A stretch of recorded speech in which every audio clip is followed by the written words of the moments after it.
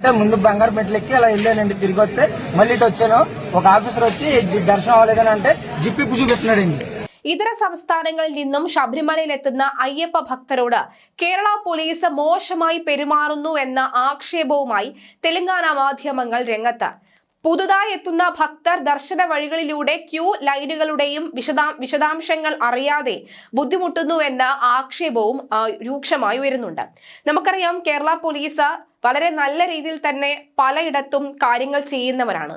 പക്ഷേ ഒരു 1000 പോലീസ് സംഘമാണ് എന്നുണ്ടെങ്കിൽ അതിലൊരു 5-6 പേരെങ്കിലും അല്ലെങ്കിൽ ഒരു സംഘം ആളുകളെങ്കിലും മോശമായി കുറച്ചധികം ആളുകളോട് പെരുമാറിക്കഴിഞ്ഞാൽ 1000 പോലീസ് ഉദ്യോഗസ്ഥരുടെയും പ്രവൃത്തിയെ അത് ബാധിക്കുന്നതാണ്. മാത്രമല്ല, ശബരിമലയുടെ പൂർണ്ണമായിട്ടുള്ള പുണ്യത്തെ പോലും അത് ബാധിക്കുന്ന തരത്തിലേക്ക് കാര്യങ്ങൾ നീങ്ങുമെന്ന കാര്യത്തിൽ സംശയമില്ല.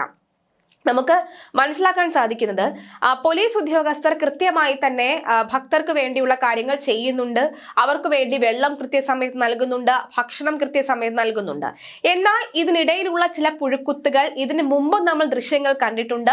അയ്യന്റെ മുന്നിൽ വരുന്ന ഭക്തന്മാരെ തള്ളിയിടുന്ന തരത്തിലേക്ക് വരെ കാര്യങ്ങൾ നീക്കുന്ന ഉദ്യോഗസ്ഥരെ നമ്മൾ കണ്ടിട്ടുള്ളതാണ്. അത്തരം ഉദ്യോഗസ്ഥർ, അത്തരം ഗുണ്ടാപ്പണികൾ ചെയ്യുന്ന പോലീസ് ഉദ്യോഗസ്ഥർ ഇപ്പോഴും സന്നിധാനത്തുണ്ട് എന്ന് വ്യക്തമാക്കുന്നത് തെലങ്കാന മാധ്യമം പുറത്തിറക്കിയ ആ വാർത്ത. വെസ്റ്റ് ഗോദാവരി ജില്ലയിൽ നിന്നുള്ള ചില അയ്യപ്പ ഭക്തർ ഒരു പോലീസ് ഉദ്യോഗസ്ഥനോട് ദർശനത്തിനുള്ള ക്യൂ ലൈൻ എവിടെയാണ് എന്ന് ചോദിച്ചപ്പോൾ വളരെ അപമര്യാദയായി പെരുമാറിയെന്ന നിലയ്ക്കും വാർത്തകൾ വരുന്നുണ്ട്. തെലങ്കാന, ആന്ധ്ര സംസ്ഥാനങ്ങളിലെ വാർത്താ മാധ്യമങ്ങളിൽ ഇത് സംബന്ധിച്ച് വലിയ ചർച്ച നടക്കുന്നുമുണ്ട്. എന്തായാലും കഴിഞ്ഞ ദിവസം പുറത്തു വന്ന ആ മാധ്യമത്തിലെ ചെറിയൊരു ക്ലിപ്പ് ഒന്ന് കേൾപ്പിക്കാം. అంటే ముందు బంగారు మెట్లెక్కి అలా వెళ్ళానండి. తిరిగి వస్తే మళ్ళీ ఇటు వచ్చాను. ఒక ఆఫీసర్ వచ్చి దర్శనం అవ్వలేదని అంటే జిప్పిప్పు చూపిస్తున్నాడండి. അദ്ദേഹം പറയുന്ന അയ്യപ്പ ഭക്തൻ പറയുന്നത് മറ്റൊന്നുമല്ല, എവിടേക്കാണ് പോകേണ്ടത്, ക്യൂവിനെ കുറിച്ച് അറിയില്ല, ഒന്ന് പറഞ്ഞു തരാമോ എന്ന് പറഞ്ഞപ്പോൾ പോലീസ് ഉദ്യോഗസ്ഥൻ തന്റെ പാൻസിന്റെ സിബ് അഴിച്ചു കാണിച്ചു എന്നാണ് പറയുന്നത്. പോലീസ് ഉദ്യോഗസ്ഥൻ അങ്ങനെ ചെയ്യുമോ എന്നറിയില്ല. കാരണം വളരെ ഫ്രസ്ട്രേറ്റഡ് ആയി നിൽക്കുന്ന ഒരു സാഹചര്യത്തിൽ ഒരു പക്ഷെ ചെയ്തു പോകുന്ന ആൾക്കാർ നമ്മുടെ പോലീസ് സംവിധാനത്തിനിടയിൽ ഉണ്ട് എന്ന് നമുക്ക് എല്ലാവർക്കും അറിയാവുന്ന കാര്യമാണ്.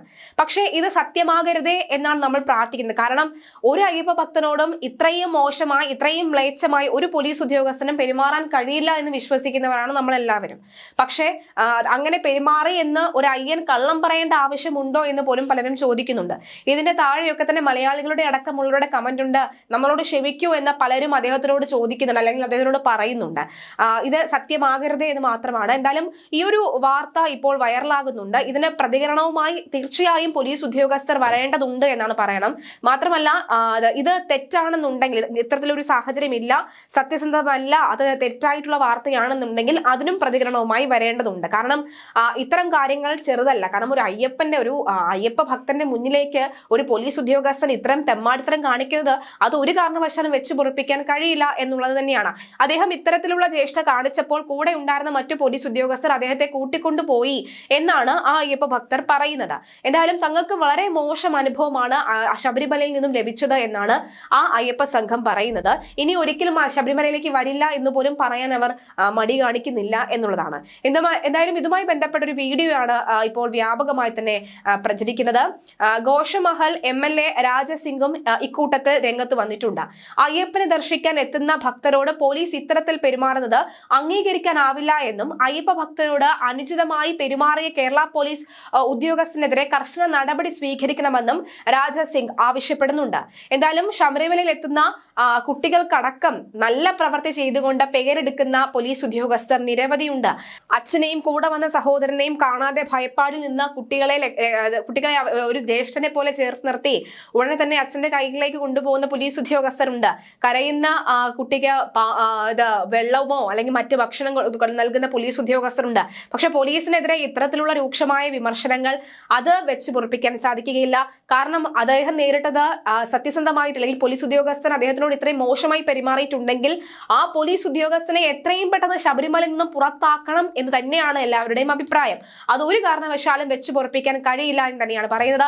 ശബരിമലയിലെ എല്ലാ അയ്യപ്പ ഭക്തരും ഒരുമിച്ച് ഒറ്റക്കെട്ടായി നിന്നുകൊണ്ട് ഇത്തരം പുഴുക്കുത്തുകൾക്കെതിരെ കൃത്യമായി പ്രവർത്തിക്കുമെന്ന കാര്യത്തിൽ സംശയമില്ല. ഇനി ശബരിമലയെ ബന്ധപ്പെട്ട മറ്റ് ചില പുതിയ അപ്ഡേഷനുകളുണ്ട്, അതുകൂടി പരിശോധിക്കാം. ശബരിമലയിലെത്തുന്ന കുട്ടികൾക്ക് കരുതലായി പോലീസിന്റെ ആം ബാൻഡ്.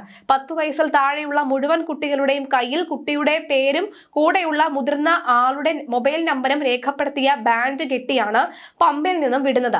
കുട്ടിയുടെ വിവരങ്ങൾ ഉൾപ്പെടുത്തിയുള്ള QR കോഡും ബാൻഡിൽ ഉണ്ട്.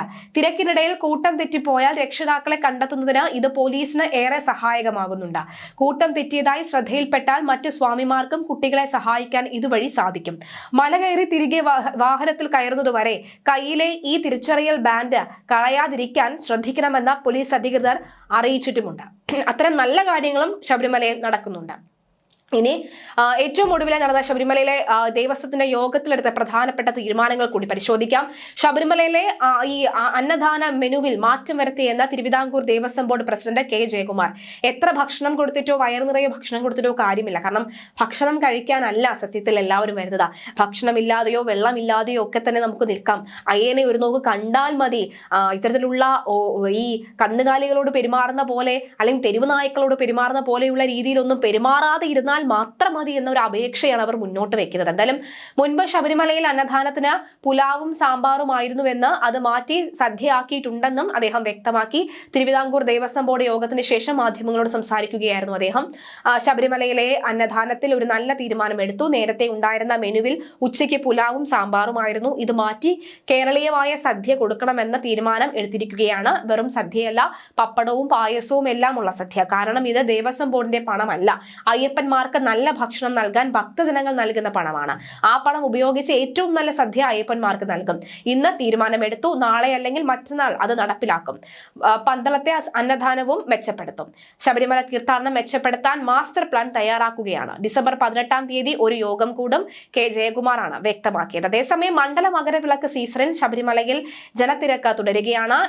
ഇടമുറിയാതെ ഭക്തജന പ്രവാഹം തുടരുമ്പോൾ ഈ സുഖദർശനത്തിന് വേണ്ട എല്ലാ ക്രമീകരണങ്ങളും സന്നിധാനത്ത് സജ്ജമാണെന്നാണ് ദേവസ്വം ബോർഡ് വ്യക്തമാക്കുന്നത്. ശബരിമല സന്നിധാനത്തെത്തുന്ന അയ്യപ്പ ഭക്തർക്ക് ആശ്വാസമാവുകയാണ് ദേവസ്വം ബോർഡിന്റെ അന്നദാനം. വയറും മനസ്സും നിറയെ ആഹാരം കഴിച്ച് മല ഇറങ്ങുന്നതിന്റെ സന്തോഷം പങ്കുവച്ചാണ് ഭക്തർ അന്നദാന മണ്ഡപം വിടുന്നത്. 10,000-ത്തിലധികം പേരാണ് ദിവസവും അന്നദാനത്തിന് പങ്കെടുക്കുന്നത്. ഈ വർഷം നട തുറന്ന ശേഷം 1,00,000 കവിഞ്ഞു എന്നാണ് വ്യക്തമാകുന്നത്.